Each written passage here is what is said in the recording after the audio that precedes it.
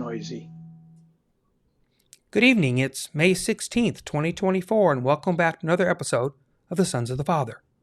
We've been on hiatus with The Chosen, right, created by Dallas Jenkins, so we're just waiting for the next season to be available for everyone. Right now it's only in theaters and limited release so far.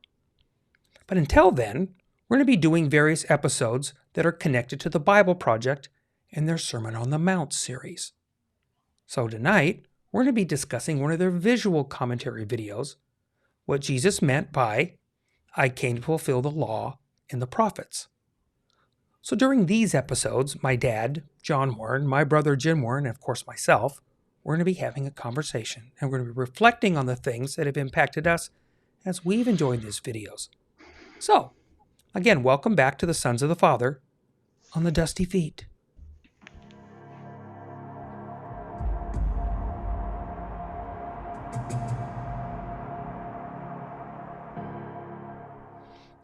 And before we forget, if you do find these kinds of podcasts useful, then click the subscribe button. The reminders, they just help you. But also, you think these might be useful to others, that is when you click that like button, because that is the way that YouTube chooses to share these to more people if they wish. So, to start us off, since we don't normally do this in our other series, right? With the other series, you've already seen those videos, because we want you to see these videos that we're talking about. So, sit back, listen, enjoy, and then the three of us, we're going to be back to talk about it. What Jesus meant by, I came to fulfill the law and the prophets. The Sermon on the Mount is a collection of the teachings of Jesus. We're in the part of the sermon where Jesus explains how righteousness, that is, right relationships with others, relates to the Torah. Jesus takes his scriptures, the Torah and prophets, very seriously. So seriously, he says this. Don't suppose that I have come to do away with the Torah or the prophets. I have not come to do away with them, but to fill them full. That phrase, Torah and prophets, refers to Jesus' Bible, the Hebrew Bible. These scriptures tell a story about God calling all of humanity to partner with him in ruling the world in a way that brings justice and peace. And it's about how he called one nation, Israel, to lead the way with the hope that he would make all the world new and unite heaven and earth. That's a really high calling. Can anyone actually do that?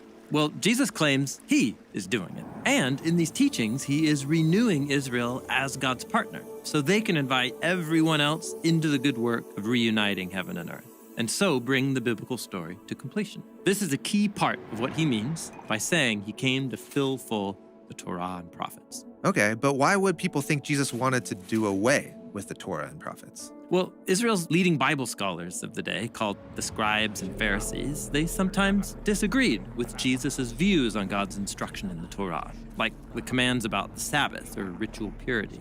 They accused Jesus of not honoring God's word in the Torah and prophets, and so Jesus addresses their skepticism by saying this. Because truly I tell you, until the sky and the land pass on, not one dot or one squiggle will pass on from the Torah, until all things have taken place. All right, what does that mean for the sky and land to pass on?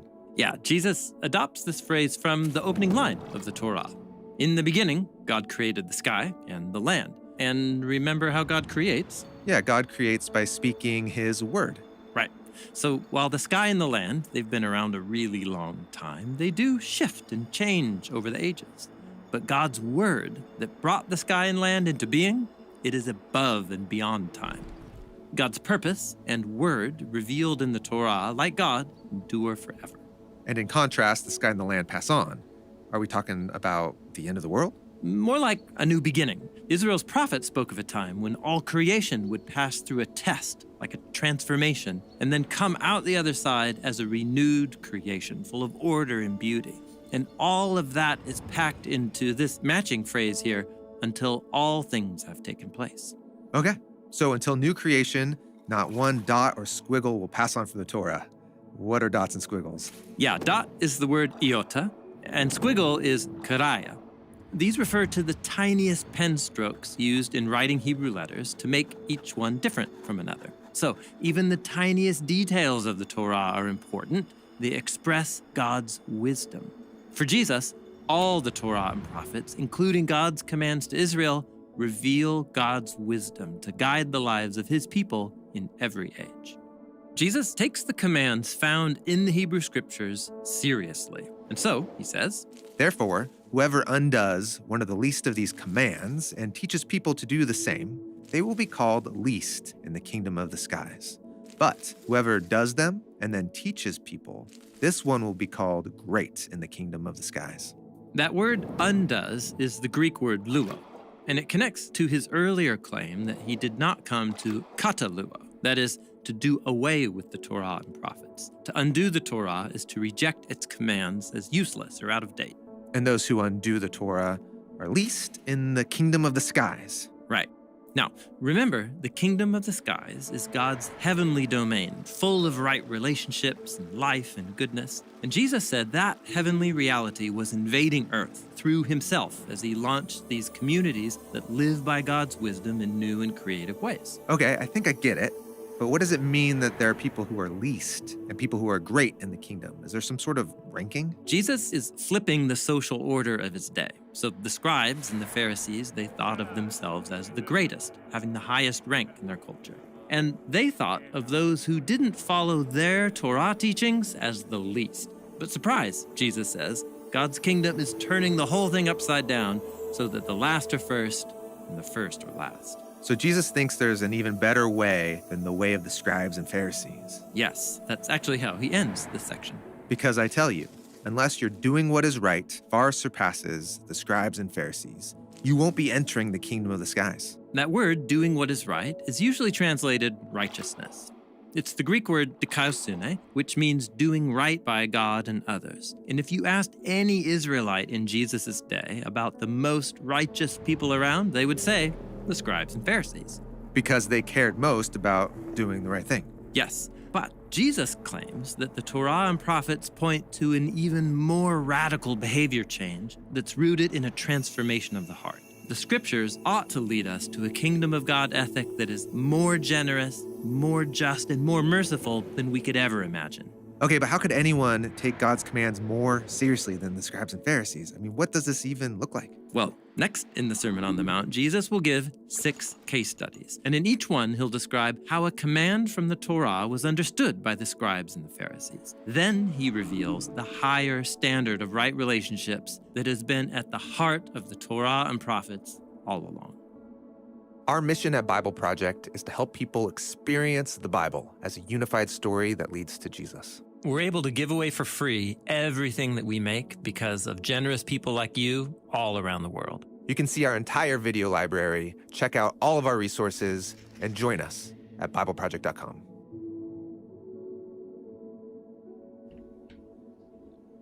Okay. So, a lot to unpack there. There's a bit to talk about.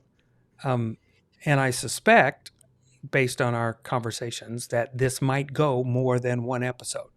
So anybody listening, just prepare that this is probably more than one episode. However, in the following episodes, we won't play that video again. We're going to refer you back to episode 1. So people that are listening, just be prepared. Okay, Daddy-O, start us off. Well, it's loaded, to say the least. I got to go back to where my particular training started. I was raised in the Catholic Church, and you learned a certain thing in the Catholic Church that was, very different than when I started going to the Protestant church. And then you started going there, and we were back in the 60s. And so you're talking about the I Found It campaign and the different areas of salvation, how you got saved. And that was the main focus. You were saving people. We weren't doing Bible studies. Even in our Sunday school classes, we didn't go into the Bible. We talked about, personal things. but it wasn't being raised up in knowing who Christ was and how to follow him. And I remember just years ago, John Walton, for the first time, he said the Bible was written for us, not to us. And it was like, whoa, wait a minute. What are you talking about? And then he went on to explain it. Now, there might have been somebody that came up before him and said that. I don't know. But that's the first time I ever heard it. And then we got to hear him unpack it a little bit. And when you look at it like that, it made so much more sense to me, because slavery and the way women were treated and all those things didn't make any real sense. I couldn't wrap my hands around what Jesus was teaching, what we were hearing, and what the Old Testament was saying.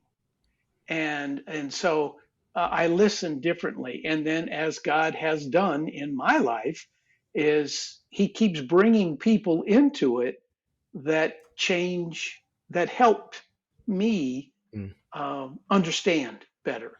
And one of them was Tim Mackey. And even the church that I was going to weren't teaching like this, but they did have John and Tim's little sketches of different books of the Bible and things like that I didn't know anything about. But you know how your mother is, she's got to know everything. And so she dove into Tim Mackey, and wow, she said to me. And of course, my barbering background, the first time I saw him, I said, "Who cuts that guy's hair?" Because, I mean, he just looked, I had a hard time focusing on him. But that was it kind of gives you an overview of what's really important here. But what he had to say drew me in. It was it ran me back of years and years ago, when you hear something, it just resonated with you, and how you should treat your wife, how you should be married, how you should be. You didn't. That kind of stuff goes along with what Jesus taught us. You can't see that in the Old Testament. Not when Solomon's talking about the dude's got 600 wives, and he's talking about, come on. And this is not. So this is a revolution on how to think differently, and to want to know what it means to be a God follower, what it means to learn about Jesus and what he has planned for us, and have it come through the Old Testament all up into the New Testament, as Tim does this masterful job of, I think, for me anyway, how it's helped me understand the bigger picture. And remembering that we've changed from 2,000 years ago, but God hasn't. And what he had designed for us still rings true today. And learning those things through Tim and John and the Bible Project has helped me. So I'm really jazzed to be involved in this. Jimbo? I love that the Bible Project, that kind of their goal is to show the whole picture, the whole story of God.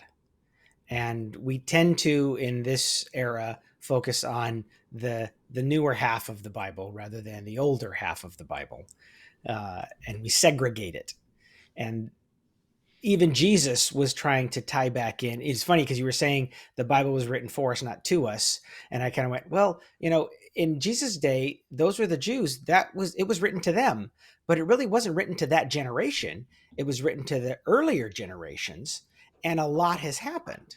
It's been several thousand years. They have more history or more separation from the original writings than we have separation from the New Testament. We're Right. only 2,000 years beyond the New Testament. They were probably 4,000 years from some of the earlier writings. Hmm. So he was trying to show them the validity of their scriptures even today. And like he talked about in the video, that the scribes and the Pharisees were trying to show that Jesus was teaching a different truth. And Jesus was like, no, let me show you the truth I'm teaching, which is right in alignment with what God said originally. And he Hmm. uses phrases like sky and earth to tie in some familiarity with Mhm. the passages that these people understood and knew when they went, oh no, we know those words. That's what God was teaching. Hmm. And that he was indeed, as they said, filling full the law and the prophets, and bringing to light the fact that it isn't. And we do this. We tend to say that the Old Testament was about pointing to Jesus, and it's pointing to God. And Jesus even points to God and says, this isn't about me, this is about him. And I Hmm. want to show you the fullness of what all of this is. And so it's fun to see all of that begin to unravel. And I know, Bob, you've got some other stuff you want to add to that, so go for it. No, the segue is perfect. It's brilliant with that. Because Daddy-O, your point about for us, but not to us. So here's one of the challenges and things that I want to bring up for discussion in this, and this will be kind of fun, I think, as we walk through this. So again, Jimmy, the point about fulfilling the law that he said to filled full, okay, and the phrase that I want to stretch us more on is to live it to its fullness, Mm-hmm. all it can be. Okay, so that's going to take us somewhere. So hold that, because I think that's going to walk that direction, Yeah. because I'm going to refer back to that later on. Because that the debate in the day wasn't about no Torah. It was about how somebody did their walk, their daily stuff, and different rabbis said different things. In from a historical document, Talmud is that collection of those how-tos. Right. Okay, and through the centuries, that has built up. The Talmud is basically more what people, when they've heard the term oral law, that's where that oral got written down. If that makes any sense. Mm. That was all passed down, and it had to be oral. That's the way it worked back then. And then it eventually got codified and written down hundreds, if not thousands of years later on. But these how-tos are passed down. The rabbis in the land are there, and they have these, and they have other rabbis in the land, like Jesus, that are saying things about different ways to walk the walk. Jesus doesn't seem to be battling them so much as the ruling leadership and how they do this. So the thing that I want to push us to in this is having the shift from, and Dad, you mentioned this about salvation. Okay. Mm-hmm. So we've been told that following Torah, you have to follow Torah perfectly for salvation. We've been told this. And so that's impossible. So Torah needs to go out the door. And we've been told something that isn't true on two fronts. One is the Jews don't say that. There's not a rabbi that says that. There isn't any. And go test me. I'm more than welcome to have that pushed back and tested, please. It's not how it works. Okay? And there's nothing in Scripture that says that's the purpose of Torah, and that's what you do with Torah. So the Bible doesn't say it. The rabbis don't say it. But for some reason, it got passed around in Christian circles that that's what it was. So now we have this story. We all have analogies for what happens with stories when it's passed down through our lives. Mm-hmm. And we've had this passed down. Now it's ingrained. Now it's part of our framework. And I'm going, it's a paradigm shift we have to toss out. So if we can push that aside, if that's possible, and that's hard, if we can get that mindset that Torah never had anything to do with that, then we start getting into the relational side of things. Okay? Where he says, this is how I want you to righteousness, right? To do right by others and me, God speaking, right? Do right by me, do right by others. This is what it looks like. Now, Mm. Jimmy, you mentioned a great thing that what's going to look today is going to look different than it did in the past. Dad, you mentioned about slaves and how you treated women and those kind of things. So it's addressing the cultural context of relationships, the relationship with the slave, the relationship with the one, and how that looked then, and how I want to treat you. I want you to treat others based on how I treat you. So now if you make that relational shift, it changes things. Because now when you look at Torah and you're outside the land, and there's a lot of things that are not in there, because what happens is we get wrapped up in the sacrifices, and you go, the sacrifices are there for two things. If you violated somebody, and so now restitution has to be made, you need to come back and do that. But Jesus even addresses that and says, hey, just coming up and giving it, that's like saying I'm sorry. Okay? Right. I equate that to this. Somebody walks up to you and says they're sorry, and you go, that's like giving a sacrifice. Why? Go back and telling somebody else, I'm sorry for doing that. And you go, go back to them and fix that. Then come back to me and say, hey, we reconciled. In other words, the sorry gets out the door. The reconciliation has happened. That's relational. That's not a checklist. Right. Churchianity has called Torah a checklist. God never made it a checklist. It was never checked. It was never a thing to accomplish. It was how to do. If you reduced our relationships to checklists, I think the Pharisees started that ball rolling when everything was, by the book.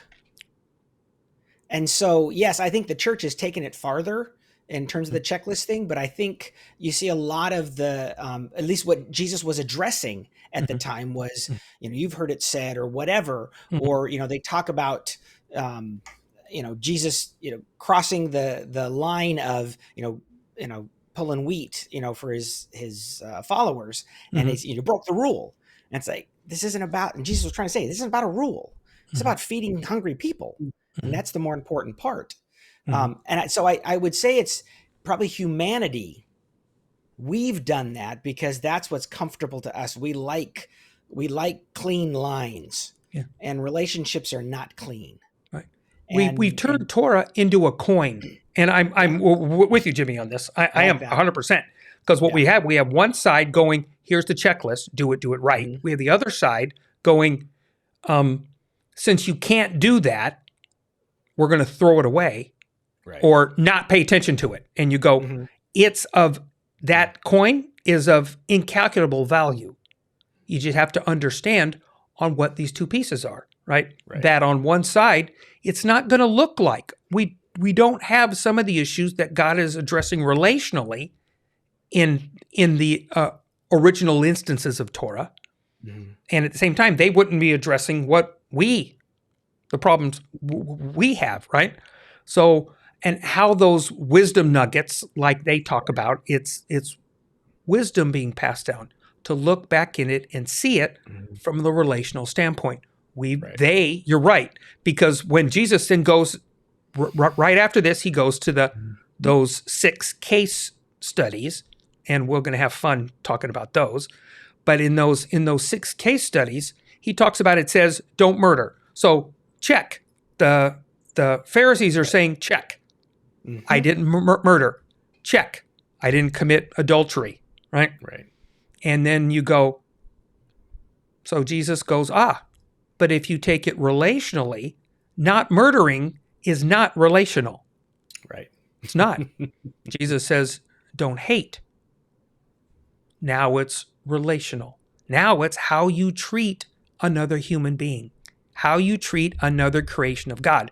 And God is asking you, please treat my creation like I treat you. Please. It's a relational thing. It always has been. That's what the prophets told them. Amos was going, look, I am so tired of your stuff. I don't even want your sacrifices. I'm fed up. God is telling them through Amos, look, what you're doing, you're so busy doing it, and there's no heart in it. I spit them up. They make me sick because you're offering something. It's supposed to be a sweet smelling aroma to God. He says it. It's a sweet smelling aroma as it goes up.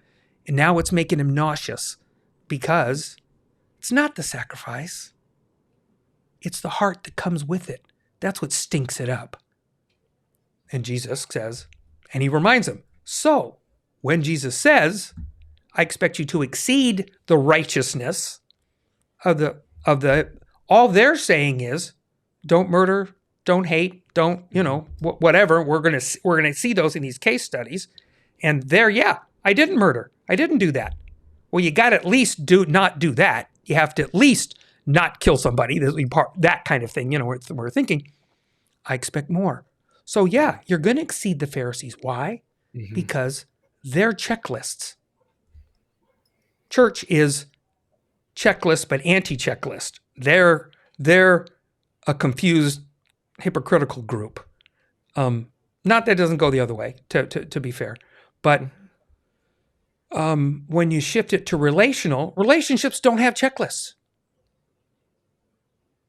Love doesn't have checklists. Yep. Thank you. Mm-hmm. Relationships do have checklists. Really? That's what we're so talking about. you have a checklist that mom says, if you go and do these things today, not tasks that are part of what she'd like you to do. I'm talking about relational checklists, something that you have to check off to say, if you don't do it today, then you didn't love mom. Well, that's what I'm saying, because we're dealing with what the world says a relationship is. Okay, So but that's fine. What you're saying, you're introducing something different, Mm-hmm. which is a beautiful thing. And what should a relationship be, not what a relationship is. And a relationship, we're supposed to be functioning out of love, as you're talking about. And that's love is kind and patient and all those things that I'm not naturally. And that's one of the things I'm still working on. What does that look like? And that's what we're talking about here, which is very exciting to me, is what does that look like? And you're starting to explain what it looks like, because we're following what Tim and John, what Jesus said at the Sermon on the Mount, which is something I've never heard before.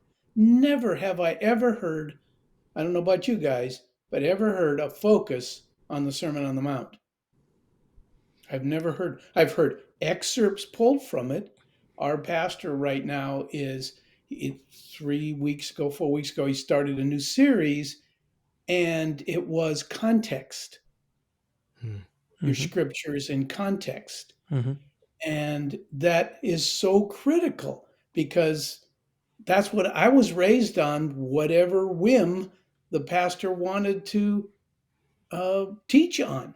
And he would pluck, we did in the ministry I was in, we pluck a verse out and fit it into what it says, instead of what it was said inside of, how it was included into, which is what you're talking about. And I think is critical as I grow in my Christian walk. If I don't do what you're talking about, I'm going to miss out on the richness and the fullness of being that child of God, that picture of was it Bill Gothard? We used to go to his seminars, and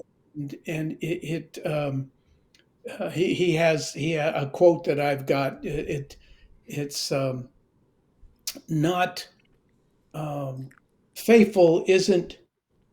fulfillment isn't getting out of life what I want, but realizing what I already have.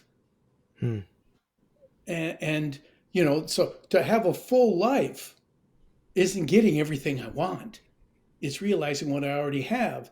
And it's the same thing walking with Christ. If I'm loving, changes my entire day Mhm. because I look at everything differently. And this is new to me. And I'm excited for you guys and what you will pass on to your children because it would have changed my life and how I looked at things. And I ran into people like that when I traveled that were loving like that. And I'm like, haven't you ever seen a Steven Seagal movie? You can't live like that. If you, you got to have, you got to make people live right. No, that's not what Jesus is saying. His Sermon on the Mount is not saying that at all. And I'm rattling again. So, Yeah, Jimmy, you and I were talking about this earlier a bit that, and before, in the past is that, and I've said this on the Dusty Feet many times. It's one of my favorite things going through the Matthew series, especially in the Sermon on the Mount, is that it's definitely something we like to talk about. Yeah. It's something we just don't want to do. We don't want to live it. Daddy, oh, you're just the point is that it's a topic and you're going to talk for a year about these things. And yeah, I'll agree that we've had it in excerpts, but we come up with excuses and we're going to talk about them. Yeah. We come up with excuses to not do this. We can take it off our checklist. But again, if it's relational, like I said, if it's love and it's love focused, it doesn't, there's no checklist to come off of. It belongs with it. Yeah. 180. So it works that way. Okay. Jimmy, anything else? I think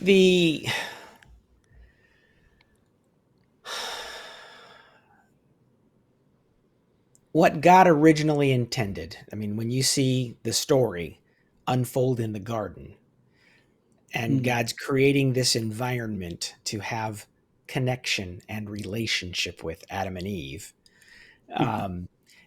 he puts in place some helpful guidelines that we turn into rules, in order for them to be able to stay in connection with him. Yeah. Mm-hmm. And like I said, it's easy for us to quantify a relationship. Dad, you were talking a little bit ago. Hang on. As Bob was saying, if you got, things mom expects you to do, it's like we tend to quantify and say, if so-and-so does these things, that shows love. We talk about the 5 love languages. Now we've defined it into 5 things that it can only be. It can't be anything other than those 5, or can it? Or can it? Yes. And if it's in one of those things, it can only show up this way. So we do that, and it's not all bad because it helps us grab onto it. Oh, I agree.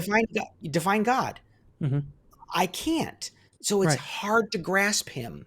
Yeah. But if we say what he is love, and what that love looks like and is expressed in, and we focus on what the relational aspect of it is. Yeah, early years as believers, I feel like we need more definition of what the guidelines are. And as we mature, and even in marriage, the things that we used to do when we were younger, the romance stuff, isn't as huge anymore as it is when you're older in life. Is the love any less? Absolutely not.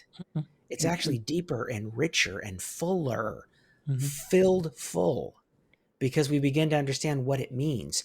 That sacrifice now is something that I give because it's out of love that I do it, not because, I need to do this in order for things to work better, kind of thing. Yeah.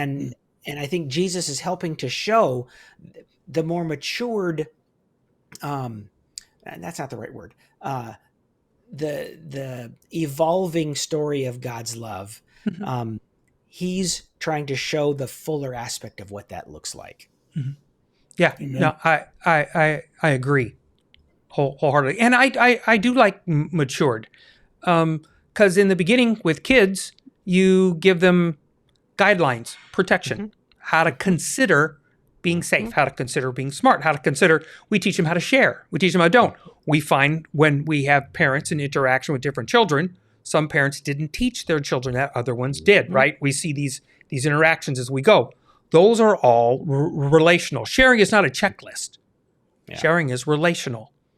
So in Deuteronomy 30, where Moses is telling the people, God is saying, hey, choose life. This is going to bring this. Those are relational words. We're the ones that turned it in somewhere along the line and trust me, we're talking from our Protestant side of things, that we were told something else. We didn't bother to look, okay? Because in the next couple of weeks when we do this, we'll add more parts to this.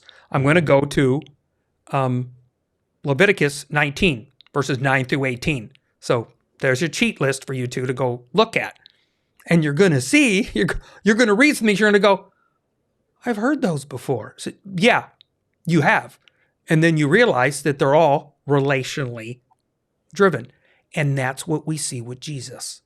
So my point that I want us to ponder a little bit on that is, I don't think it's new. I think it's radical because the shift to change is so big. Okay? That it was the way it always should have been. It was intended to be in the beginning, and it might even have been that way in the beginning. And it just, don't forget, there's 400 years from when Joshua brings them across till we get to King David in Jerusalem, right? There's 400 years where there's a tabernacle, not a temple. We didn't even think about that. And then from the temple, and then we have that until the war, right after Solomon, we get into the Civil War. Well, that's a divorce, and it shows its ugliness on many fronts until we get to the last prophet. It's 400 years past the last prophet until we get to Jesus. So it took a long time for those relationships to totally break down. And God in his patience, and he's trying to teach us this. And I'm agreeing wholeheartedly. So this is the direction we're going to go, people, and we're going to talk about this. So I want to go back to the original thing that I said, which I think fits so far, is that to live it to its fullness, all it can be. So, Dad, if you take that to a marriage, live it to its fullness, all it can be. Your relationship with God, live it to its fullness, all it can be. How about a best friend or a brother? Or work. Ooh, we're going to dabble there. This is a good one. Right in front of you on the freeway. Live it to its fullness, all it can be. It changes, and Jesus is going to talk about this Sermon on the Mount. Like I keep saying it. It's something we like to read, Dad. Yeah. We take excerpts from it, but we do not like it in its totality. We don't, because we don't want to live that way. Jesus is saying, this is what I expect. So this is part one, folks. We're going to have a great time doing this. We'll pick up where we left off and introduce some more topics on this that we're going to talk about. So thanks for with us tonight. Shalom, shalom, on another Sons of the Father on the Dusty Feet.